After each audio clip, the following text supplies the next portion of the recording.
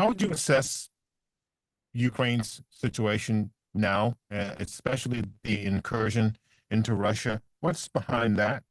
Now, on the one hand, of course, the operation in Kursk region in Russia so far is achieving the strategic objectives that we have set before ourselves. But at the same time, the situation in other parts of the front line, in particular in the east of Ukraine, near cities of Pokrovsk, Toretsk, this is Donetsk area. Now, that's very difficult, and our armed forces are doing everything they can to hold the lines, to keep the defenses up, but it's very challenging. Okay. I saw that your president Zelensky asked, I think it was last night or maybe the night before, the allies, Ukraine's allies, to sort of speed up sending things to them, some of the stuff that Ukraine needs to fight this war. What do we make of that request? Are things not getting there in a timely way? Well, I don't think we even have to read between the lines because President Zelensky was very straightforward when he said that we have not received a lot of the aid that has been already pledged. And of course, in our current situation, delays are very, very, damaging. So that's why we appeal to our partners to speed up the process, the logistics of the transfer of these weapons, because as you can see, the front line now is even bigger than it was before because we have the Kursk operation again, and that also requires a lot of firepower, that requires a lot of equipment. So the sooner we get that help, the more we will be in a position to achieve our goals and continue our defense. One more question about the activity, the Ukrainian activity in Russia, and then on to a couple of other things very quickly. Do you get the sense that this, whatever this operation is inside Russia, is a long-term thing?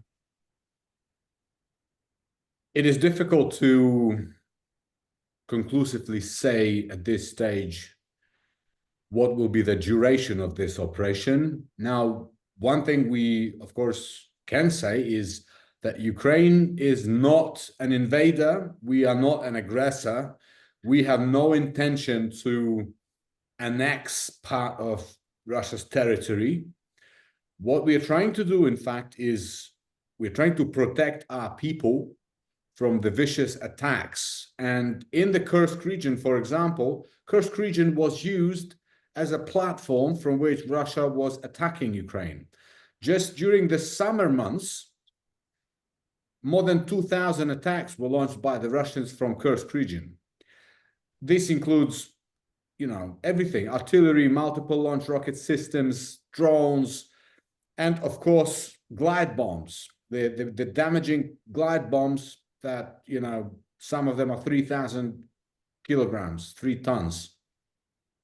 So that's our priority number one. And of course, second priority is we are confident that our operation in Kursk, first of all, gave a huge morale boost to the Ukrainians inside Ukraine, to our troops, my friends who are now on the front lines. I speak to them regularly, and they say that it's incredible how, uplifting this operation has been for those of them who are in other parts of the front line, because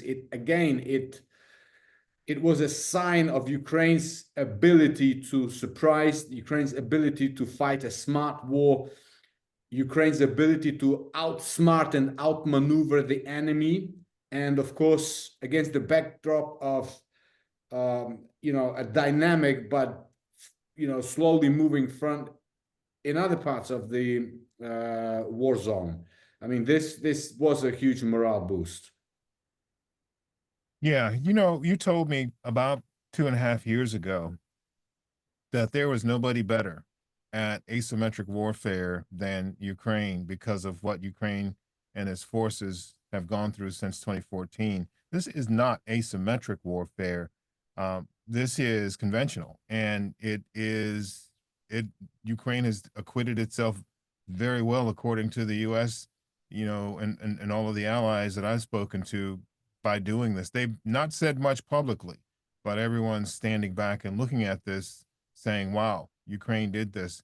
What sense do you get from Russia about how this has taken Russia, and how Russia's trying to respond to this?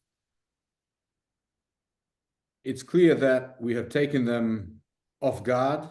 We have put them on the back foot. It will soon be 2 weeks since the beginning of our operation, and they have not come up with any meaningful response yet. We are now in control of 1,150 square kilometers. We have blown up the major bridges that Russians have been using for resupply and logistics. We have taken, almost 2,000 prisoners of war.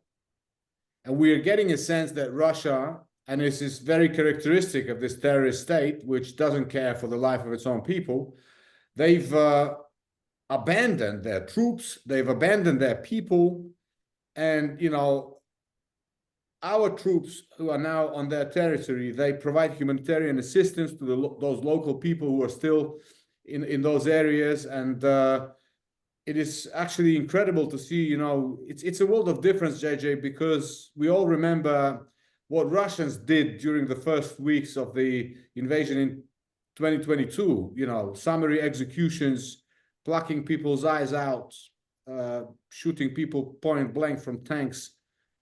We are different. We are part of the free world. We are part of the civilized world.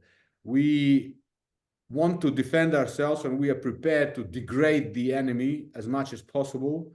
But at the same time, we treat the civilians accordingly to the international law and, the Geneva Conventions, and the whole world can see it now. And this is why the world is standing with us, because we are part of the, I will repeat, of the free and civilized world.